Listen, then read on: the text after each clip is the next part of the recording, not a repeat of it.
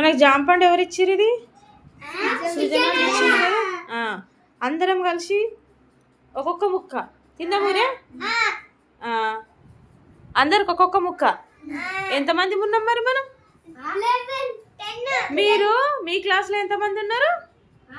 8. అంతే కదా, 8 మెంబర్స్ ఉన్నారు. తర్వాత ప్రిన్సీ ఎంతమంది అయ్యారు? మళ్ళీ నేను తినొద్దా? 10 మెంబర్స్ని. సరే, ఇప్పుడు అందరికి ఒక్కొక్క ముక్క ఇద్దాం, ఓకేనా? ఒక్కొక్కరికి. అందరు ఎంబటే తినేయొద్దు, ఓకే? ఫస్ట్ పట్టుకొని ఉంచుకోవాలి.